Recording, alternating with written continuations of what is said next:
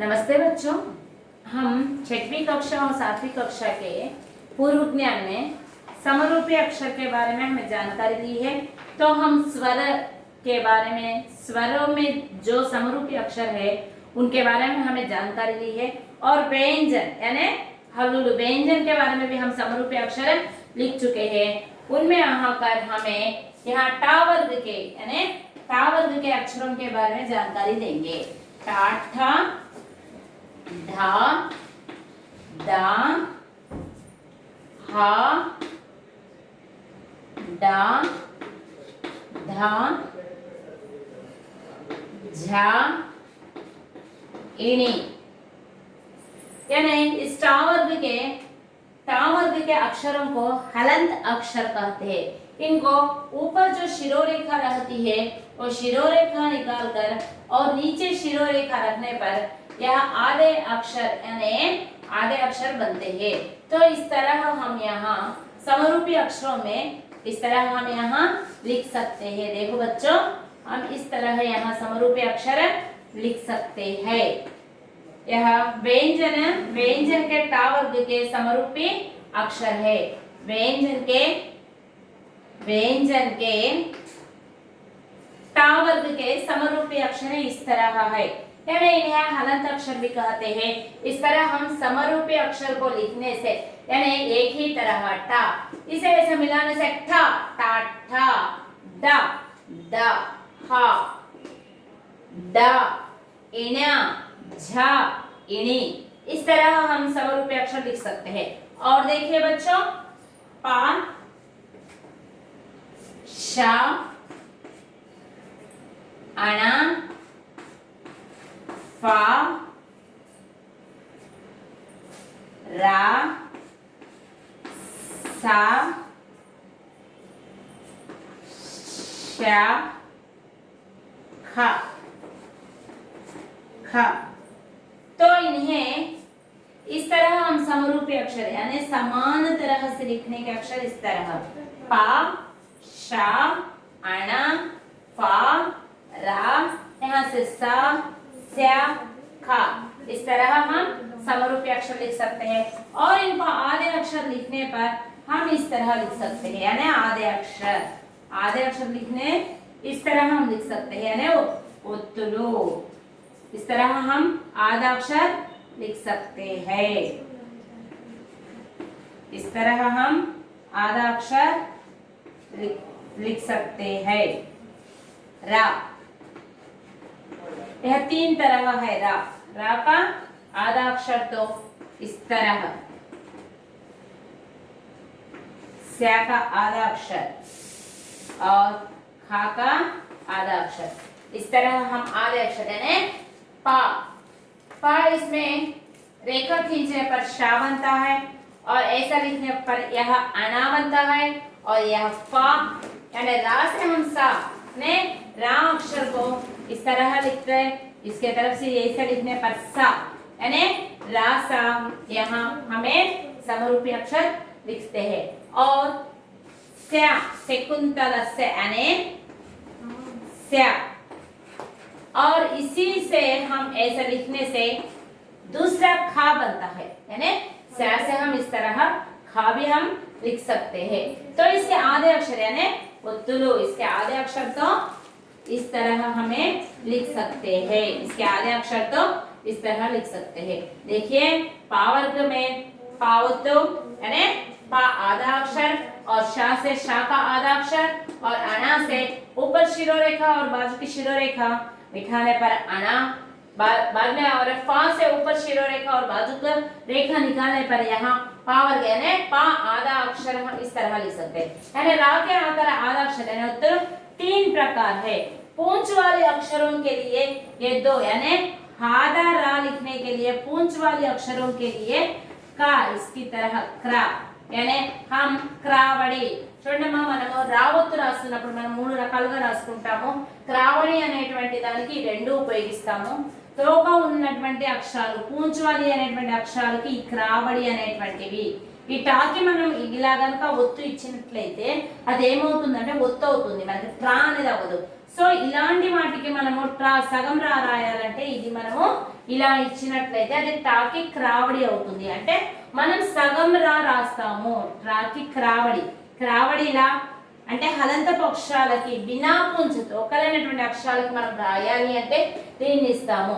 మరి ఈ రావత్ ఎప్పుడు వస్తుంది అంటే పూర్తిగా అన్నమాట. ఫర్ ఎగ్జాంపుల్ మనము ఒక వర్డ్ రాసామనుకోండి, చూడండి ఒకసారి ఒక వర్డ్ రాసామనుకోండి, మనం కర్తవ్యం అనేటువంటి ఒక వర్డ్ రాసామనుకోండి, మనకి తెలుగులో ఉన్నటువంటి పదం హిందీలోకి మారేటప్పుడు రివర్స్ గా చేంజ్ అవుతుంది. కాకి ఏమన్నా తలకట్టు దీర్ఘాలు ఉన్నాయా? ఏమీ లేదు. సో కా యాస్టీస్ గా రాస్తాం మనం. ఇక్కడ రా ఏముంది, ఇక్కడ అక్షరం ఉంది, ఇక్కడ తానేమో ఒత్తుంది. ఇలా మనకి ఒక అక్షరానికి ఒక ఒత్తు ఉన్నప్పుడు ఒత్తేమవుతుంది అంటే అక్షరం అవుతుంది, లెటర్ అవుతుంది. ఇక్కడ రా ఉన్నటువంటి అక్షరమేమో ఒత్తుగా, అంటే అక్షరమేమో ఒత్తు అవుతుంది, ఒత్తేమో అక్షరం అవుతుంది. ఇప్పుడు ఇక్కడ తా ఒత్తుంది కాబట్టి ఇక్కడ తా అనేటువంటిది అక్షరం అవుతుంది. ఈ పూర్తి రా అంటే నిండు రా మనం ఒత్తుగా రాసేటప్పుడు మనం ఈ రా ఒత్తుని ఉపయోగిస్తాము. పూర్తి రా అంటే పూర్తిగా నిండురా మనకి ఒత్తుగా రావాలి అన్నప్పుడు మనం ఇక్కడ ఉన్నటువంటి రా ఒత్తులో ఇలా కర్తవ్యం ఇక్కడ వరకు, అంటే ఇక్కడ తా ఒత్తేమో అక్షరమైంది, రా లెటర్ ఏమో ఒత్తైంది అన్నమాట. తర్వాత బెం వాకి ఏమవుతుందమ్మా? యా అవుతుంది. సో మనకి రివర్స్ చేసినప్పుడు ఏమవుతుందంటే వానేమో ఒత్తు అవుతుంది, యానేమో అక్షరం అవుతుంది. సో ఫస్ట్ ఒత్తిస్తాం కాబట్టి వా ఒత్తు, ఇక్కడ వా అక్షరమైనది ఏమవుతుంది? ఒత్తు అవుతుంది. తర్వాత యా ఒత్తుగా ఉన్నటువంటిది ఏమవుతుంది? అక్షరం అవుతుంది. సో కర్తవ్య ఇలా రాస్తాం అన్నమాట మనం హిందీలో.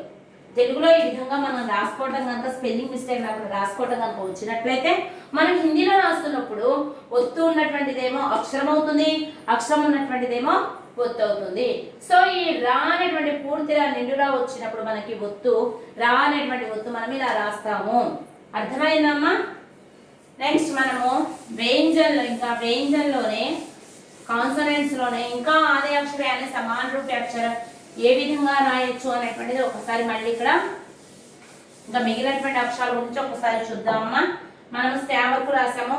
తర్వాత సంయుక్తాక్షర, మనం దీంట్లోనే మూడో వర్గమైనటువంటి సంయుక్తాక్షర. సంయుక్త అంటే ఏంటి? కలయిక, కలవటం. ఒక అక్షరంతోనూ ఒక ఒత్తుతోనూ కలిసి ఏర్పడినటువంటి అక్షరాలు సంయుక్తాక్షరాలు అంటారు. సో మనకు సంయుక్తాక్షరాలు అనేటువంటివి ఏంటవి? మనము ష, త్ర, జ్ఞ, స్ర అనేటువంటి అక్షరాన్ని మనం సంయుక్తాక్షరం కింద తీసుకుంటాము. ఎందుకని? ఫర్ ఎగ్జాంపుల్ సంయుక్తాక్షరం అంటే వేరే అక్షరానికి వేరే వస్తుంటే మనం సంయుక్తాక్షరం అంటే ఫర్ ఎగ్జాంపుల్ గ్వాల, ఇది సంయుక్తాక్షరం కింద తీసుకుంటాం. ఎందుకని? వాకి గా వస్తుంది, వాకి గా వస్తుంది, వేరే అక్షరానికి వేరే వస్తుంది. ఒత్తేమో గా వత్తు, ఇక్కడేమో అక్షరం ఏమో వా, గ్వాల అనేటువంటిది ఇక్కడ సంయుక్తాక్షరం. మరి జ్ఞాన్ని కూడా మనము సంయుక్తాక్షరం అని అంటున్నాము. ఇక్కడ వేరే అక్షరానికి వేరే ఒత్తు ఉంటేనే సంయుక్తాక్షరం అని అన్నాం కదా మనము. మరి దీంట్లో ఒత్తు లేదు కదా, మరి దీన్ని సంయుక్తాక్షరం ఎలా అంటాము? ఎలా అంటామంటే మనకి క్ష అనేటువంటిది ఎలా ఏర్పడింది అంటే దీని యొక్క ఏర్పాటులోనే కా ప్లస్ షా కలిస్తే, కా ప్లస్ షా అనేటువంటిది కలిస్తే మనకి క్ష అనేటువంటిది వచ్చింది. కా అనేటువంటి అక్షరము మరియు కా అనేటువంటి ఒత్తు ఆది అక్షరం మరియు షా అనేటువంటి అక్షరం కలవటం వల్లే మనకి షా అనేటువంటిది ఏర్పడింది. సో ఈ అక్షరంలోనే మనకి ఒక ఒత్తు మరియు ఒక అక్షరం ఉంది కాబట్టి వీటితో ఏర్పడినటువంటి పదాలని కూడా సంయుక్తాక్షరాలని అంటారు. వీటితో ఏర్పడినటువంటి పదాలని కూడా సంయుక్తాక్షరాలు అంటారు. దీంతో ఏర్పడినటువంటి పదాన్ని కక్ష రాసాను, ఇది సంయుక్తాక్షరం కిందే. మీరే చెప్పారు కదా మీరు సంయుక్తాక్షరం అంటే వేరే అక్షరం వేరే ఒత్తు ఉండాలి. మరి ఇక్కడ ఒత్తులు లేవు కదా, అంటే క్ష అనేటువంటిది ఉంది కదా.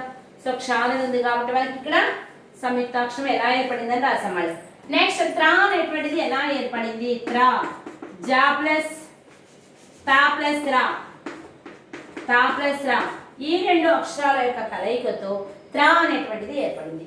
ఈ రెండు యొక్క అక్షరాల కలయికతో మనకి ఇక్కడ త్ర అనే అక్షరము ఏర్పడింది. తర్వాత జ్ఞ, జ్ఞ అనేటువంటిది ఏ విధంగా ఏర్పడింది? మనకి క్షత్రజ్ఞ అని సంయుక్తాక్షరాలు అనుకుంటున్నాం కదా. సో జ్ఞ అనేటువంటిది ఏ విధంగా ఏర్పడింది ఒకసారి చూద్దాం. కాక్షరము ప్లస్ ష అనేటువంటిది కలిస్తే మనకి క్ష అనేటువంటిది, తర్వాత తా ప్లస్ రా కలిస్తే మనకి త్ర అనేటువంటి అక్షరము, తర్వాత జా ప్లస్ ని కలిస్తే మనకి జ్ఞా, జ్ఞా అనేటువంటి అక్షరము, తర్వాత మెలికస్య ప్లస్ రా కలిస్తేనేమో స్ర, శ్రీ అనేటువంటి పదం, ఇలా మనకి సంయుక్తాక్షరాలు అనేటువంటివి వచ్చింది. సో ఈ సంయుక్తాక్షర పదాలకి వీటితో ఏర్పడినటువంటి వర్డ్స్ ని కూడా సంయుక్తాక్షరాలు అని అంటారు. అవి ఏంటంటే కక్ష, తర్వాత జ్ఞాన్, ఛాత్ర, శ్రీమాన్,